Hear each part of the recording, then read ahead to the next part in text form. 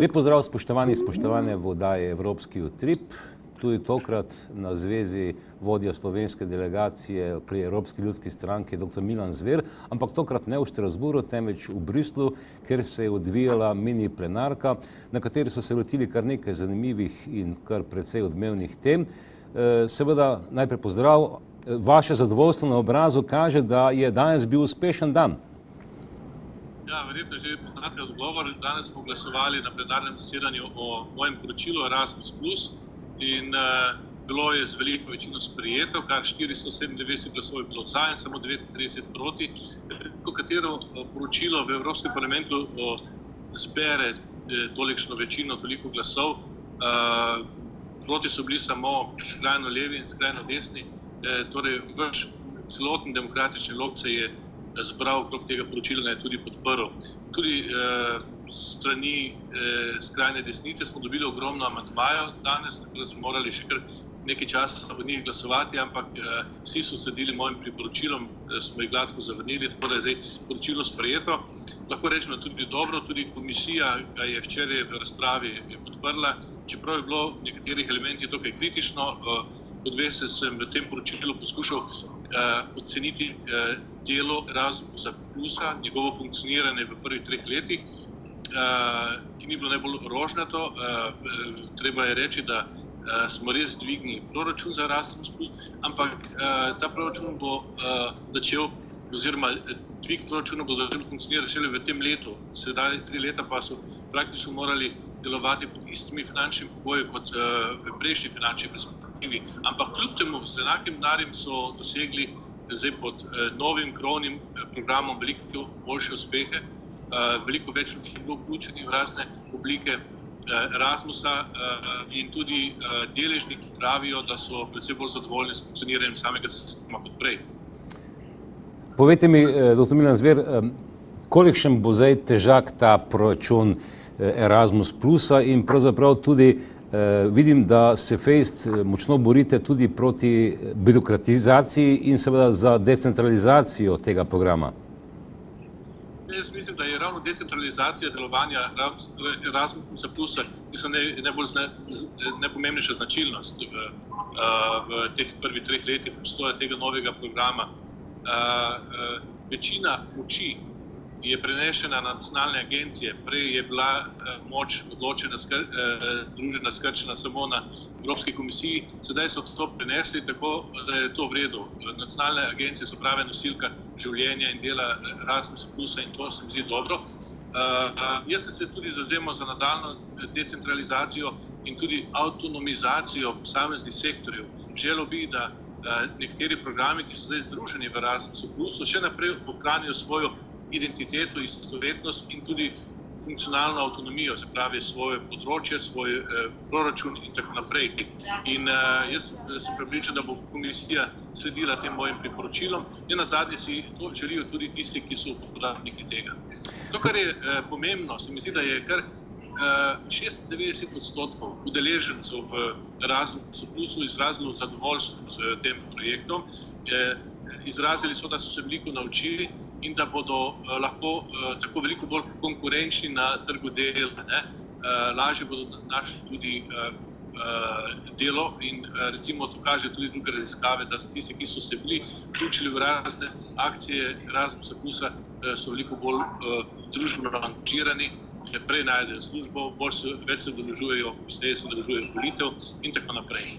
Skratka, vsestranska korist. Je res, da, ko ste omenili, so še nekatere slabosti povezane z birokratskimi ovirami. Letos v tem finančni perspektivi smo recimo v tem programu združili recimo nekatere prijavne postopke, uvedli skupno novo tehnologijo, ampak seveda za uporabnike vse, kar je novo, je težko, je treba najprej se naučiti in jaz mislim, da bodo v prihodnje veliko bolj zadovoljni z delovanjem Erasmusa plusa, kot so bili v preteklosti. Če dobro razumem, torej Evropa je zdaj nekaj zasejala, kar bo žela, pobirala plod čez nekaj časa. Točno to je tudi glavni namen.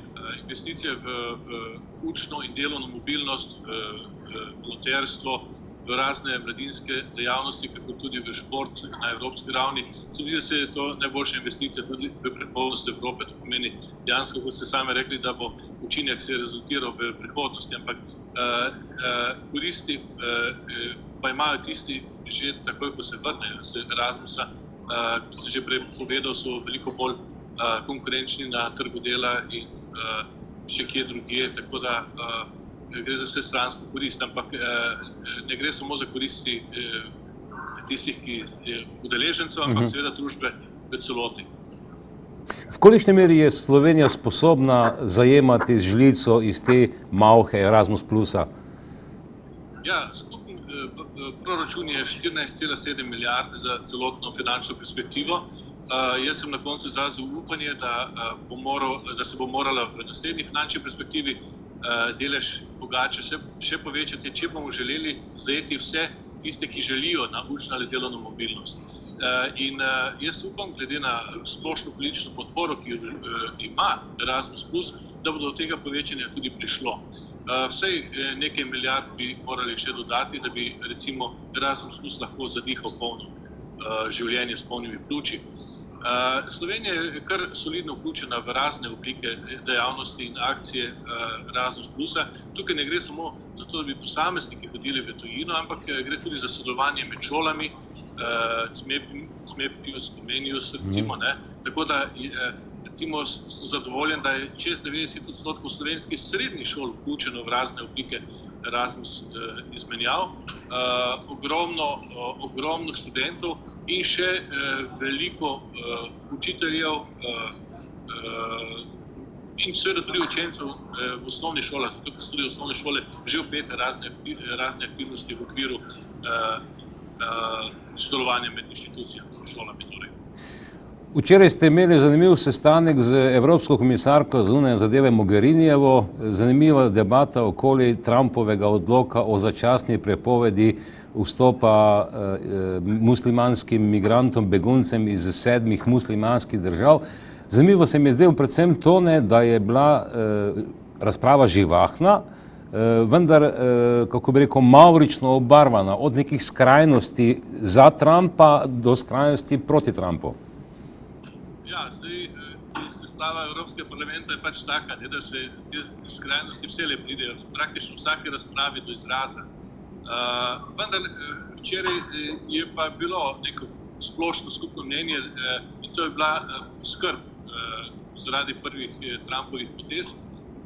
Pa ne gre samo za to, da je za ta ukrep Trumpa prepoved vstopa 7 državam ZDA, ampak gre tudi za skrb, kaj bo z evroatlantskimi povezavami v prihodnje.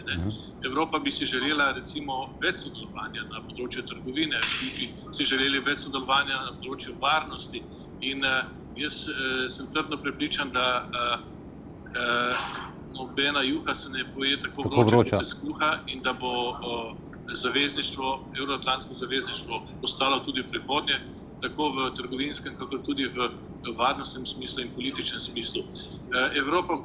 Amerika bo vendarle morala spoznati, oziroma nova ameriška administracija, da je to zavezništvo, ki vključuje samo 10% svetovnega prebivalstva, nujno za preživetje. In da ne Amerika ne bo, čeprav je močna, zlasti močna vojaška in diplomatska sila v svetu, ne more popolnoma sama tekmovati z vsemi. Nujno potrebuje Evropo v trdni povezavi v svojem konkurenčnem spopadu, recimo na globalnem tržišču s Kitajsko ali pa še z drugimi igralci. Veste, kaj sem jaz občutka? Namreč, da je Evropska komisija, Evropska vlada, torej ni imela opcije Trumpove zmage, ker če bi imela to opcijo, bi prav gotovo imela tudi odgovore na te stvari, ki se zdaj pojavljajo.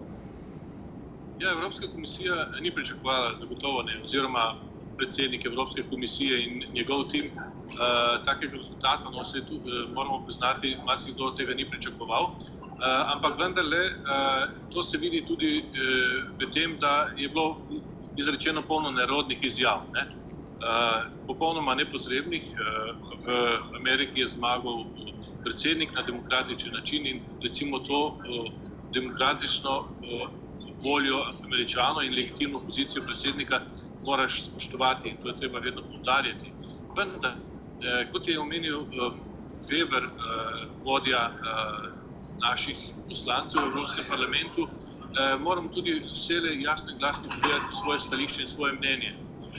Če nam ne bo všeč stališče ameriške administracije, bomo pač to povedali jasno in glasno in seveda temu primerno prilagodili svojo politiko.